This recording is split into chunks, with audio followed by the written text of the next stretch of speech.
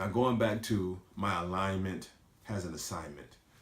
I always ask guys, when your coach lines you up in a particular technique, what are you looking at? And they say, I don't know. Well, your hands or your eyes tell your hands where to go. Your alignment, okay, should be giving you an assignment. If your coach has you in a 3 technique, then that's where my eyes are. My eyes is on that 3 technique. It shouldn't be on anything else. And so a lot of times our eyes tell our bodies what to do and when to do it. If I'm looking at the quarterback, or if I'm looking at the running back, or if I'm looking in the backfield, then my body thinks that it has that much time to react to something that far. That's not the problem. They're not the problem. They are definitely part of my objective. My objective is to get the quarterback, absolutely. And my objective is to get the running back, 100%. But I have opposition, immediate opposition right in front of me. A lot of defensive tackles make the mistake of looking past their immediate threat. There is a big hog in front of you. He is your threat, which is why your coach lines you up in front of him.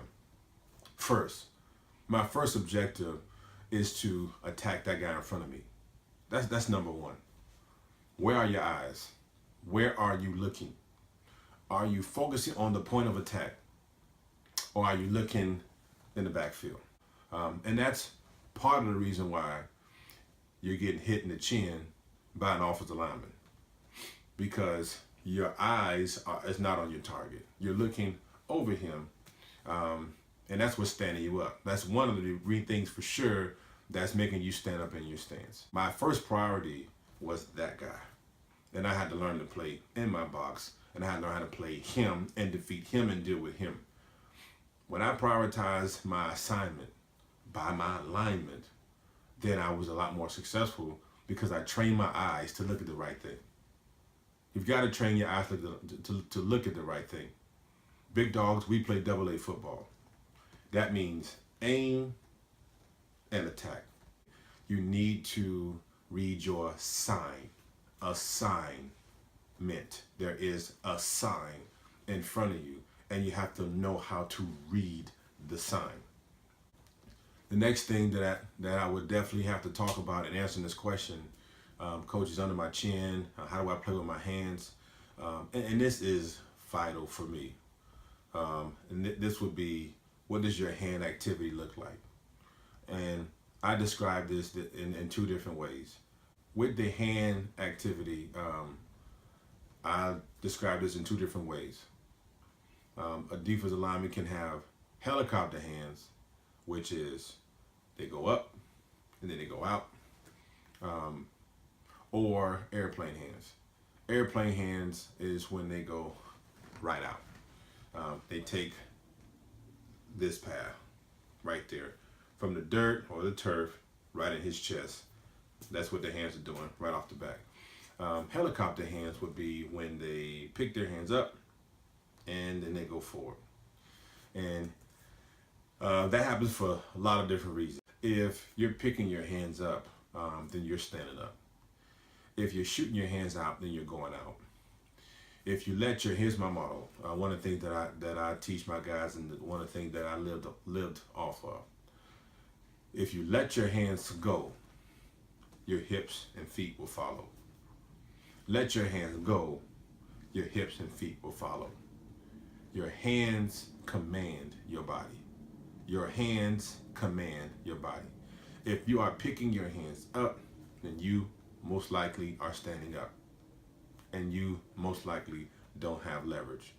And leverage on the football field is power. Power on the football field is position. Leverage is what position are you in.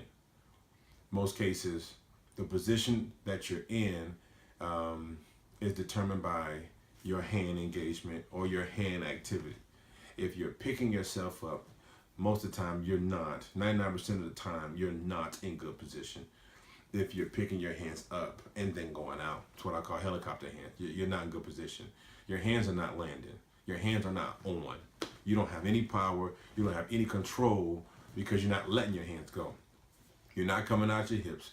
You're not exploding out of your stance because your hands aren't moving anywhere.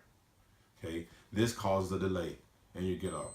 Hands lifting causes a pause and a delay that we don't have the time or we can't afford any delays at the line of scrimmage. He's right there. That hog is right there. And space equals time, time equals space, and that space closes very quickly, which means the time you thought you had, Big Dog, you don't have.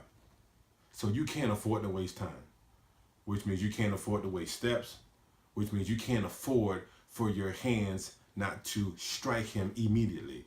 I have some drills in my videos as well that really break that down and isolate those hands, but that's important. If you pick up your hands, you're gonna stand up. And that's probably why that guy's chin, that guy's helmet is underneath your chin, because your hands are not coming off the ball. You're not letting your hands go. You have to be precise. You have to be precise with your hands. And here's the last thing that I would like to say about this, which is dogs don't react, we attack. We have to learn to be more proactive than reactive. Dogs determine how this play is going to go. A dog is going to determine how this pass rush is going to go. I make the decision. Soon as that ball moves, I don't need to know the snap count. I don't need to know that. Nobody on the defensive side of the ball. It's okay to anticipate. That's fine. To give you a jump, an edge, whatever you need. But the play can't start until the ball moves. And I'm peripheralizing that ball. And as soon as that ball moves, I'm letting my hands go. My hands are gone. I'm letting my hands go. My hips and feet are following me. I'm in a great stance. I'm getting my hands on, which means I get power on. Hands on means power on. And I have control. Vital. What's really vital is your stance. How far is your hand placed away from your shoulder? How far is your hand placed from your front foot? Are you heavy-handed?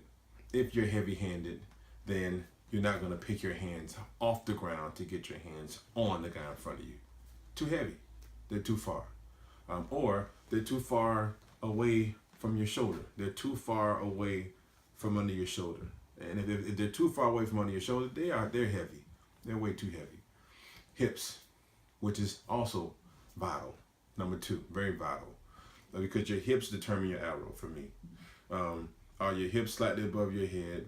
Are your hips under your head? Are your hips too high above your head? They should be slightly above your head, which gives that power foot, that front foot, a 90-degree angle, which maximizes hip explosion. That's important. And your feet. Where are your feet placed? Where's your feet placement? Are you heel toe, at least for starters? You have a little bit more depth. Where's your width? You have depth and you have the width of your feet. And some people have way too much depth. Some people have pretty good depth, way too much width.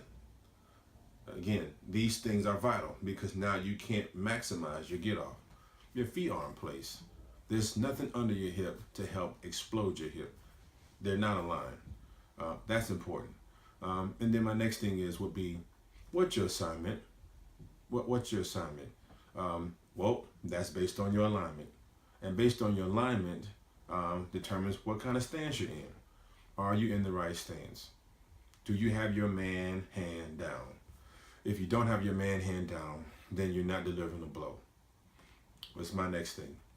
The next thing that's really important, just summarizing here, is what are you focusing on? Big dogs, we play double A. Big dogs play double A. What's double A? Aim and attack. What am I aiming for?